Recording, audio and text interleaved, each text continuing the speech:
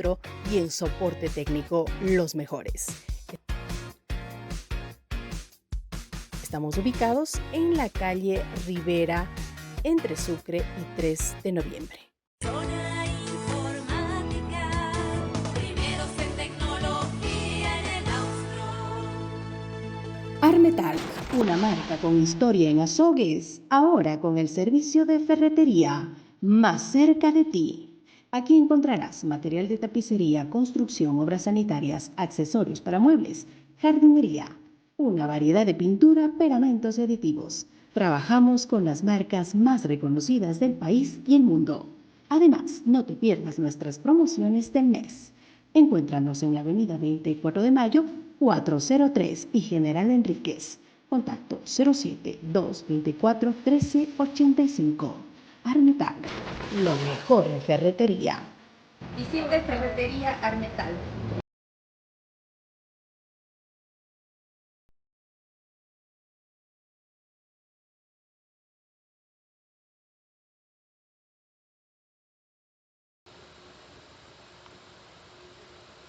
Bien, a todas las personas que se conectan con Ecos del Cañar, buenas noches, bienvenidos a una nueva entrevista. En esta oportunidad contamos con la presencia del doctor José Luis Vargas Tello, con quien vamos a abordar un tema importante que está aconteciendo precisamente o que se está destapando precisamente en estos últimos meses, y es sobre el sistema de justicia en el Ecuador. Doctor, buenas noches, bienvenido.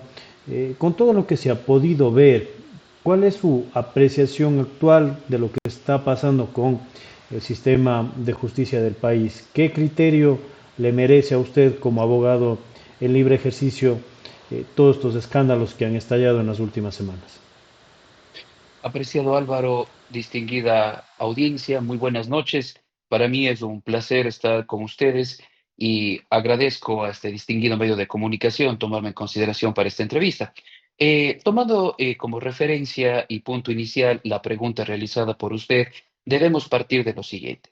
Lamentablemente, la Administración de la Justicia, de virtud de los casos que se han venido destapando, y no solo de las últimas 3 semanas, sino de los últimos años a consecuencia de casos como Metástasis, de los casos como Purga, ha devenido lamentablemente en actos de corrupción. Se ha mermado la credibilidad ciudadana respecto de lo que en realidad debe ser el estandarte de uno de los poderes del Estado ecuatoriano, y en este caso en particular respecto de la percepción ciudadana sobre lo que se debe tomar en consideración, lo que debe ser justicia. Lamentablemente, mi apreciado Álvaro, el problema radica en que se ha politizado en primera instancia la administración de justicia, pero en segundo lugar es que se ha buscado mercantilizar su uso. ¿Por qué?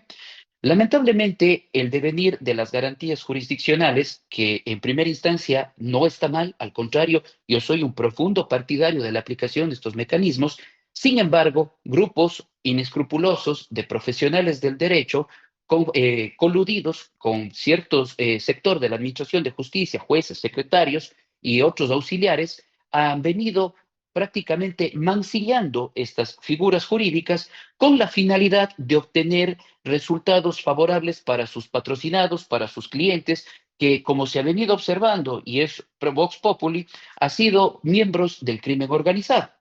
Es decir, que la Administración de Justicia a la presente fecha se encuentra lamentablemente permeada por el crimen organizado.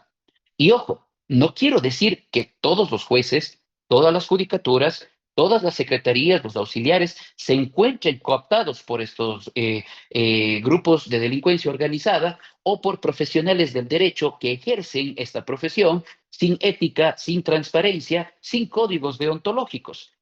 Son ciertos jueces, son ciertos fiscales, ciertas personas que, cediendo a sus presiones u obviamente también a sus protervos intereses, han realizado o han cedido ante la Administración de Justicia para mercantilizarla, Doctor, lamentablemente. ¿cómo llegamos a este punto? ¿Cómo podemos decir y aseverar, y es conocimiento de todos, que lastimosamente la credibilidad del sistema judicial, como bien recalca usted, por ciertos jueces o ciertos fiscales, realmente está por los pisos?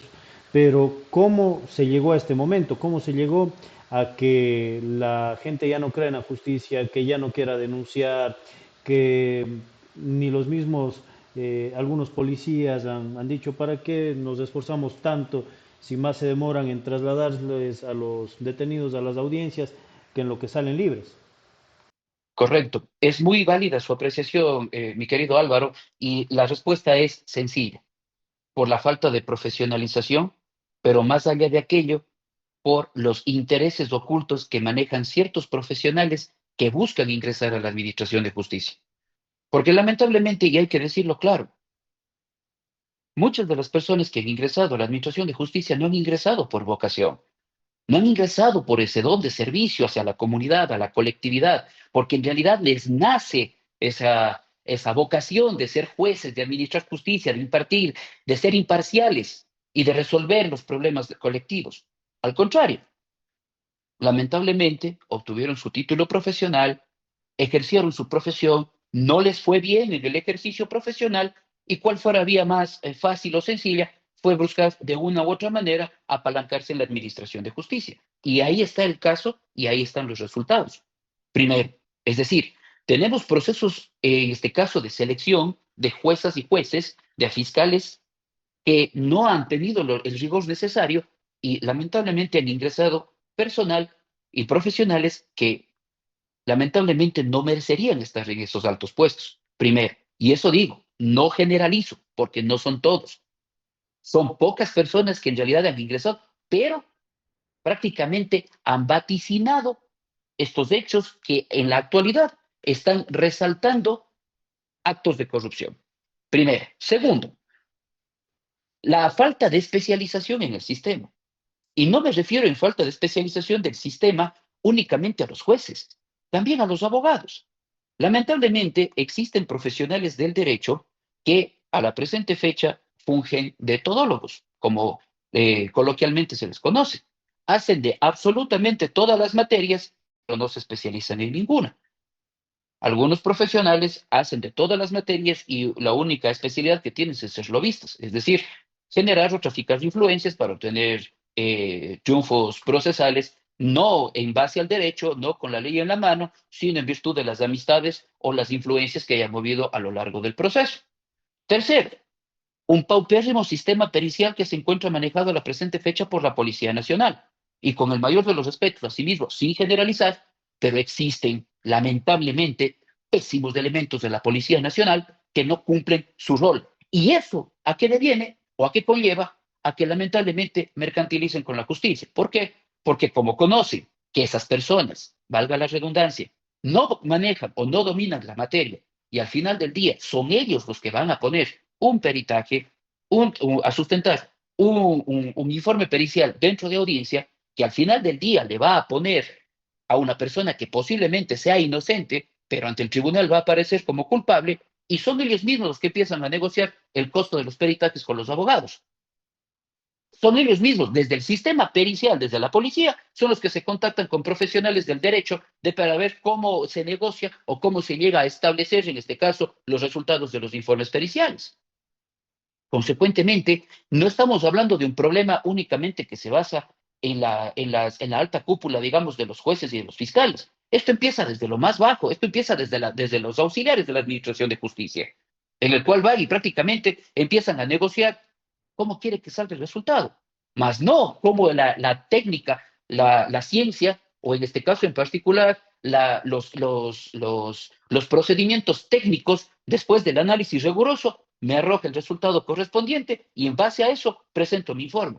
Bien, usted Y indica eso es algo, lo que... algo fundamental, doctor, que está permeada esta corrupción por todo lado, por donde se mire, pero más molestia causada en la ciudadanía es ver que miembros de los grupos de delincuencia organizada han tenido ciertos beneficios penitenciarios, ciertos fallos a favor. Eh, ¿Cómo se involucró, cómo se permitió que ingrese estos GDOs al sistema de justicia? Ahora que estamos en mitad de un conflicto armado no internacional, por ejemplo. Bueno, Hablando en torno al conflicto armado no internacionalizado, que en este caso fue declarado el año pasado en el año 2024 por el presidente de la República, debemos tomar en consideración que prácticamente estas personas están siendo juzgadas por el delito de terrorismo. Más allá de aquello, estas conductas deben ser procesadas penalmente y al ser procesadas penalmente debemos entender que debe garantizarse un debido proceso. No por el hecho de que sean criminales, no por el hecho de que sean delincuentes o formen parte de un GDO, sino por de primera mano son ciudadanos, son personas y de manera irrestricta la ley es para todos. Entonces, la ley está creada no viendo la calidad de un ser humano, no está viendo, no se crea la ley en función del señor Álvaro, el señor periodista Álvaro San Martín, del abogado José Luis Vargas, del ciudadano Juanito Pérez. No, la ley es de carácter general para todos, sin discriminación alguna. Y dentro de la ley, efectivamente, están un cúmulo de derechos y garantías que nos cobijan y nos amparan a todos. Ahora bien, el punto es cómo aplico estos derechos y garantías y cómo aplico este régimen penitenciario. Porque si bien es cierto, la Administración de Justicia se divide en dos partes. Muy bien, tengo la fase de instrucción, proceso, juzgo, condeno. Y una vez que está condenada, la sentencia está ejecutoriada, tengo la fase ya que va a la rehabilitación social como tal, y sería en este caso con el juez de garantías penitenciarias, que él tiene una sola función. Pues no, o sea, no es por minimizar las funciones porque tiene varias competencias, pero es una función en torno a la persona privada de la libertad. Es precautelar la integridad de la persona privada de libertad y verificar que el régimen penitenciario que viene cumpliendo sea ajustado y a cabalidad. Y en este caso en particular, verificar si cumple con los requisitos establecidos en la ley y los reglamentos para que pueda acceder a los beneficios penitenciarios. Hasta antes del año 2020, 2021, los beneficios penitenciarios estaban establecidos absolutamente para todos. Es decir, si una persona cumplía el 50%, el 60%, el 70% de la pena, independientemente del tipo penal en el que haya incurrido, sea eso, femicidio, sicariato, violación, tráfico de drogas en mínima, mediana, gran escala, peculado, abuso de confianza, podía acogerse a un régimen, semiabierto, a un régimen abierto, ¿no es cierto? Sin embargo, a partir de la reforma del año 2021, se restringió para todos y cada uno de los delitos que en este caso eran considerados como graves. Entonces, teníamos entre los primeros delitos contra la administración pública, peculado, cohecho, concusión, tráfico de influencias, delitos contra la vida, femicidios, asesinatos, homicidios, sicariato, secuestros, robo con muerte, delitos, en este caso, de tráfico de sustancias sujetas a fiscalización en mediana y gran escala. No se pueden someter. Delitos de violación. Entonces, a partir de la promulgación de la ley, se debe tomar en consideración para los beneficios penitenciarios. Y ahí viene la dicotomía. ¿Qué pasa con las personas que fueron condenadas con la ley anterior? Las personas que fueron condenadas por la ley anterior antes de la vigencia de la reforma, a ellos tiene que inexorablemente seguirse aplicando la ley con la cual fueron juzgados. ¿Por qué? Por un principio básico de seguridad jurídica y por un principio básico que en derecho y en todas las materias, no solo en el derecho penal, que es la irretroactividad de la norma. Entonces, si una ley se promulga con posterioridad, no puede afectar la situación jurídica de una persona que fue condenada con anterioridad. Consecuentemente, si una persona, en este caso en particular, que estaba condenada por el delito, digamos, de violación, y en este caso se indica, se prohíbe los indultos, perdón, los regímenes penitenciarios para personas que han cometido delitos de violación. Sin embargo, esa persona ya cumplió con el 50, el 60% de la condena y ha cumplido con todos y cada uno de los parámetros establecidos por el SNAI dentro de los reglamentos del régimen de rehabilitación social para que pueda acceder, en este caso, a los beneficios penitenciarios. No se le podría aplicar la ley posterior porque él, en este caso, fue sancionado con una ley anterior. Entonces, la irretroactividad vulnera derechos fundamentales, no de la persona o del criminal, como se lo diría, sino de todo ciudadano, porque nadie puede, en este caso, prever lo que el legislador lo hará en 10, 15 o 20 años. Y no se podría, lo que sí hace 20 años, retrotraerse los efectos de lo que sucedió hace 10 o 15 años atrás. Consecuentemente, los que estamos observando nosotros ahora respecto de los jueces de garantías penitenciarias son resoluciones o resoluciones dentro de procesos de garantías penitenciarias de personas que fueron condenadas inclusive bajo el Código Penal, es decir, norma que fue derogada hace exactamente 11 años previo a la vigencia, una vez que entró en vigencia el Código Orgánico Integral Penal en agosto del 2014. Doctor, pero Conse- ¿cómo nos podemos explicar que, por ejemplo, hay un delito flagrante de homicidio, tráfico de drogas, etcétera, secuestro actualmente también? Les detienen a los responsables, a los presuntos responsables, pero como le dije hace rato, más se demoran en trasladarles a las audiencias de formulación de cargos, a las audiencias de calificación de flagrancia, que en lo que retomen la libertad. ¿Por qué? Y ahí va, esto tiene dos aristas, mi querido Álvaro. ¿Por qué? Primero, analicemos cuál es en este caso la solicitud y quién es el que tiene que llevarle ante la justicia a la persona privada de la libertad. El agente del orden, la Policía Nacional, el agente capturador, el que le aprende a la persona el delito flagrante, él tiene una función, aprenderle y ponerle en órdenes del fiscal. A través de su parte informativo, él indicará al fiscal cuáles fueron las circunstancias, los hechos de los cuales se le encontró, y le indica, señor fiscal, aquí está, le pongo sus órdenes. Y el fiscal, dentro de sus potestades constitucionales y legales, deducirá efectivamente del análisis de los hechos por qué tipo penal será el que inicie el proceso penal, cuál será el tipo que impute. Pero más allá de aquello, al momento de que él, dentro de las 24 horas que tiene para solicitar la audiencia de calificación de flagrancia y formulación de cargos, el fiscal tendrá que solicitar también las medidas cautelares pertinentes. El artículo 522 del Código Orgánico Integral Penal establece una serie de medidas cautelares que en este caso en particular van desde las menos gravosas hasta las más gravosas. Y entre ellas tenemos prohibición de salida del país, presentación periódica, tenemos en este caso también el uso de dispositivos de seguridad o grillete electrónico, tenemos el arresto domiciliario, tenemos la presentación periódica y la prisión preventiva. La prisión preventiva siempre va a ser una medida de última ratio y aquello lo tiene establecido no solamente la propia ley, el propio Código Orgánico Integral Penal, sino la jurisprudencia vinculante de la Corte Constitucional del Ecuador y las sentencias emitidas por parte del Sistema Interamericano de Derechos Humanos a través de la Corte Interamericana de Derechos Humanos. Doctor, y perdón que le Entonces, interrumpa ahí para que pueda desarrollar la idea, pero ¿qué pasa, por ejemplo, en delitos graves? O sea, ahí va. Y a eso iba. El tema radica en que quién debe fundamentar y justificar la necesidad, la proporcionalidad, la utilidad de esa medida cautelar de prisión preventiva es el fiscal. Y muchas de las veces es deficiencia del fiscal porque lamentablemente no lo hace. Lamentablemente los fiscales y lo que se ha visto a veces en práctica, eso no digo de todos los fiscales porque existen muy buenos fiscales que van, fundamentan, lo hacen en derecho, justifican con cada uno de los elementos necesarios, pero otros solo dicen solicito la prisión preventiva y para de contar.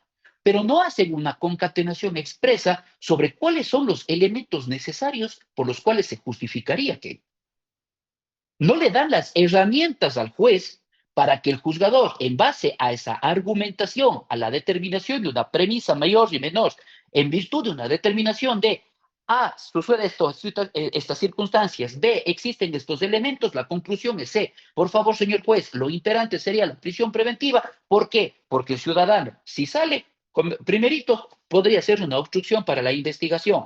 Segundo, corre riesgo a la integridad de las víctimas. Tercero, existe un eventual riesgo de fuga y el riesgo de fuga debe ser justificado. Aquí lamentablemente se va y se dice, el señor no tiene trabajo, dicte prisión preventiva. ¿Y sabe por qué ahora existe lamentablemente ese tipo de resoluciones? Por los errores del pasado. Y le comento por qué. Si antes a una persona le aprendían en un delito flagrante, le invento, de un robo de un teléfono celular. Muy bien, pedían prisión preventiva por el hecho de que la persona no tenía para justificar dónde vivía. Y se presentaba las planillas de pago de agua potable y alcantarillado, de energía eléctrica y de internet, los servicios básicos, de la casa de la madre donde estaba viviendo. Y dictaban prisión preventiva porque decía que la casa no era del señor, sino era de la mamá, y aquello no justificaba arraigo. Y todos esos, es decir, antes dictaban prisión preventiva hasta por si acaso. Por eso es que las cárceles se llenaban y existía un hacinamiento con personas sin sentencia. Es decir, existían personas privadas de la libertad. Había hacinamiento en los pabellones de transitorio únicamente con personas que no tenían sentencia porque estaban cumpliendo prisión preventiva. Y muchas de ellas, ¿qué sucedía? Salían con sobreseimiento, eran ratificadas de inocencia o llegaban a acuerdos conciliatorios. Es decir, expiaban penas anticipadas.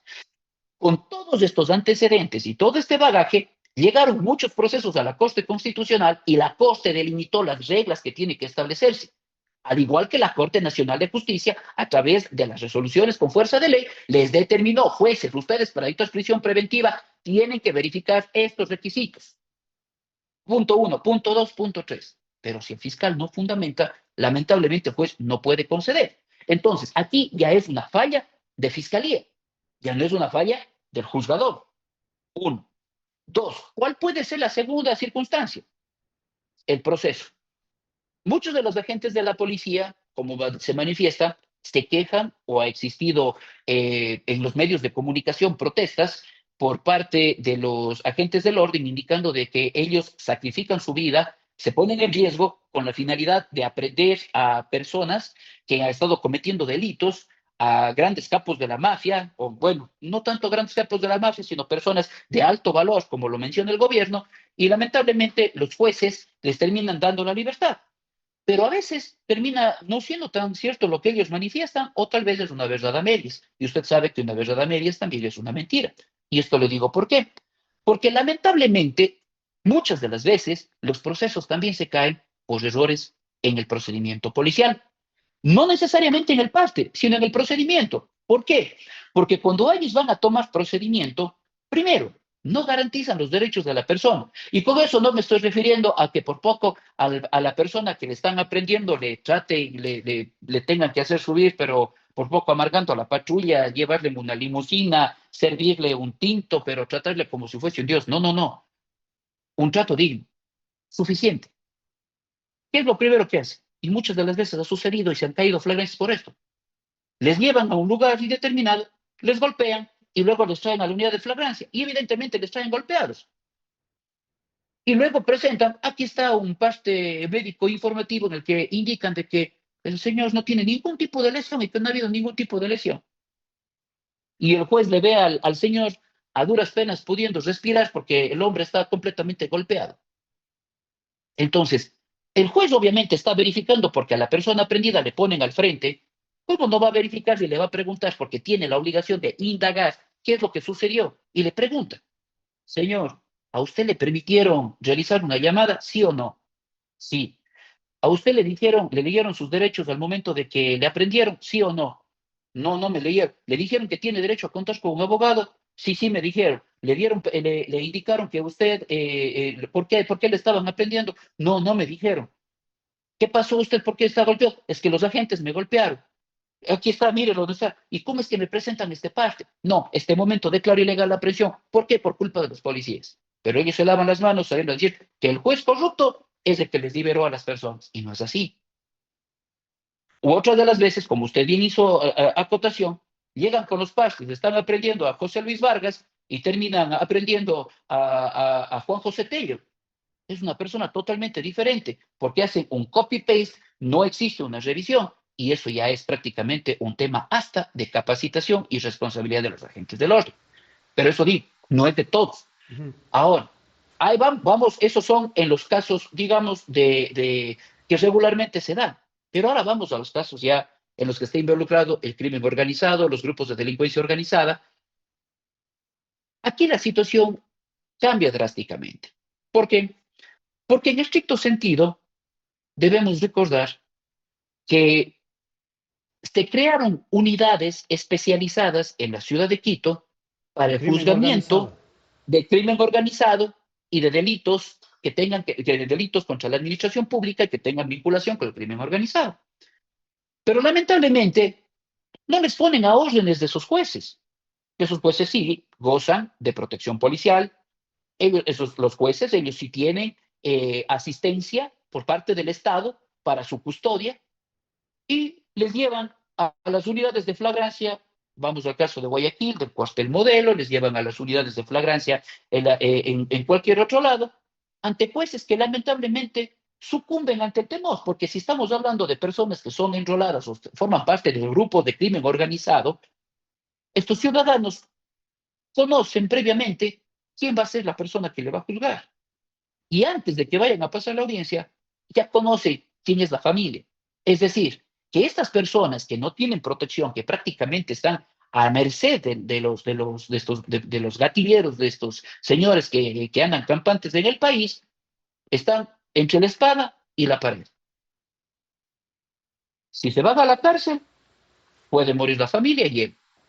Y si les dejan en libertad, prácticamente quedan como empleados de los grupos de delincuencia organizada. Para ir Entonces, finalizando, doctor, para ir finalizando, y perdón que le interrumpa ahí, el Consejo de la Judicatura ha anunciado depuración de algunas unidades. En el Azuay, por ejemplo, nada más ya nos enteramos que dos jueces, el uno ha sido suspendido y el otro realmente destituido. En el Oro hoy también nos pudimos enterar de que seis magistrados han sido sancionados, en Santo Domingo igual. Y ¿es suficiente esto o qué se debería hacer en realidad para que al menos se empiece a dar luces a la ciudadanía de que se puede confiar nuevamente en la justicia? Porque si es que me pasa algo, soy víctima de algún delito, la ciudadanía dice, ¿para qué voy a denunciar? Si se demoran más en hacer los trámites, me demoro más, pierdo tiempo, etcétera, para que al final el delincuente esté nuevamente en las calles. ¿Es suficiente esta, entre comillas, autodepuración que está realizando el Consejo de la Judicatura? no sería suficiente, mi querido Álvaro, pero es un paso que se está dando y eso es loable, porque en realidad tendría que realizarse los análisis pertinentes y las evaluaciones periódicas. Es necesario tomar en consideración que ante una delicada función como es la Administración de Justicia y sobre todo la Administración de Justicia en materia penal, deberían las evaluaciones ser periódicas y sobre todo deberían ser objetivas, sobre todo en el tema de la forma en la cual están actuando los jueces. Ahora, el tema también de las devoluciones hay que tenerle mucho en cuenta para evitar que las mismas sean consideradas injerencias de la Administración de Justicia, como en periodos o en gobiernos anteriores han servido las mismas, porque lamentablemente, como usted conoce, toda la ciudadanía conoce, se han utilizado las mismas también para poder sacar a jueces que no han sido afines al poder o también han tenido algún tipo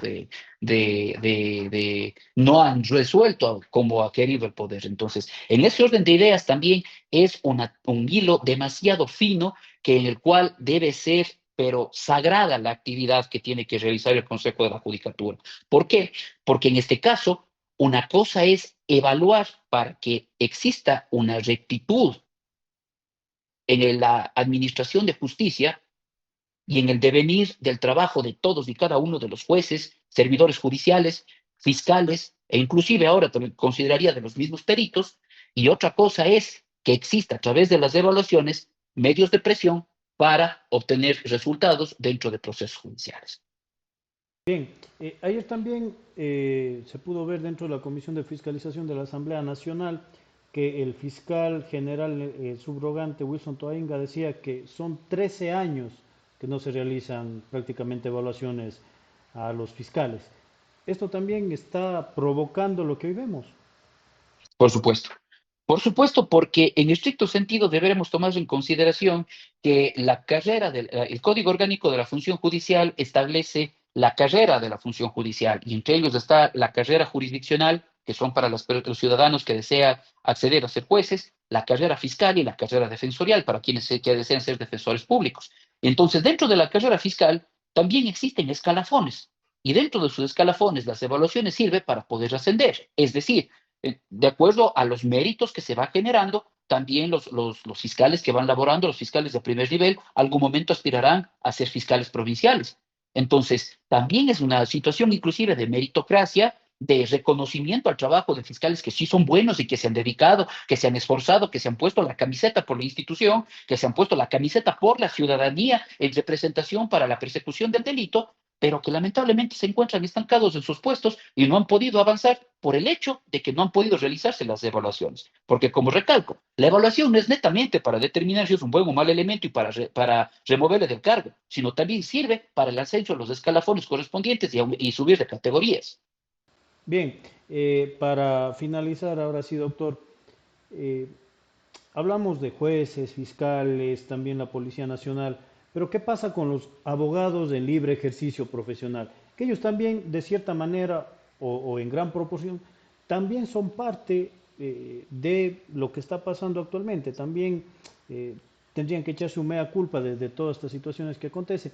Y como usted bien recalca, y lo hemos dicho, hay buenos jueces, hay buenos fiscales, pero también hay malos jueces, malos fiscales, y hay buenos abogados en libre ejercicio profesional, pero también hay malos abogados en el ejercicio profesional. ¿Qué rol juega el abogado en libre ejercicio dentro de esta crisis del sistema de justicia del país?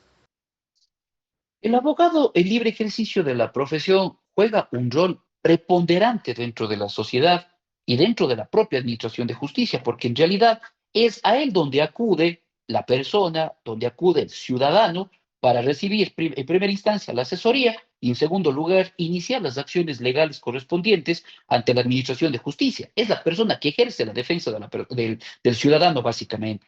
Entonces, si hablamos que el abogado como tal no defienden derecho, el abogado no realiza o no ejerce su patrocinio con ética, utilizando un código deontológico, sino que lo único que hace es mover o traficar influencias, es un delincuente más. Y lo digo con mucho dolor, lo digo con mucho sentimiento, porque lamentablemente deja por los suelos a todos los profesionales que día a día nos sacrificamos para sacar adelante esta noble profesión y a su vez que brille la justicia para nuestros clientes. Porque existen casos en los cuales con la ley, el derecho y la razón en la mano, lamentablemente nos hemos visto perjudicados en calidad de víctimas, en calidad inclusive de procesados, por el hecho de que han existido acusaciones injustas en las cuales se han fraguado prueba y que se ha logrado demostrar ventajosamente en instancias superiores, en la Corte Nacional, se ha logrado revertir esas actuaciones, pero lamentablemente no ha existido ningún tipo de sanción. Considero que debe en este momento el Consejo de la Judicatura, al igual que está haciendo con los jueces y con los fiscales, evaluar también a ciertos profesionales del derecho que son conocidos en el medio, que efectivamente están realizando y están jugando con la administración de justicia como si fuese su hacienda. En este caso en particular, se vería a determinar a través de los procesos disciplinarios correspondientes, porque así lo prescribe el Código Orgánico de la Función Judicial.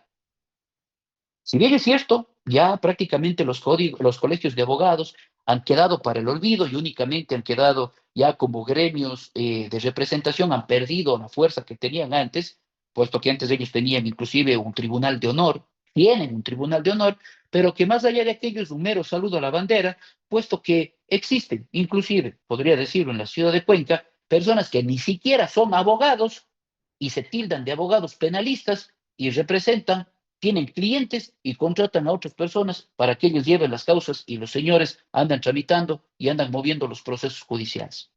Eso es lo que les puedo decir, mi querido Álvaro, y espero que la justicia y el propio Consejo de la Judicatura algún momento actúe, porque al frente del Consejo de la Judicatura está el estudio de un abogado que no es abogado.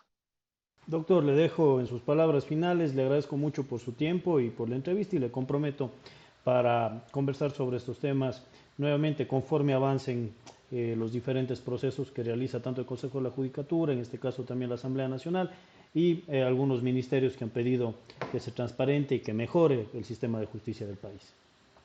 Muchísimas gracias, Álvaro, a usted por la invitación y a su directa audiencia. Una excelente noche para todos. Muchísimas gracias a todos, que tengan una muy buena noche.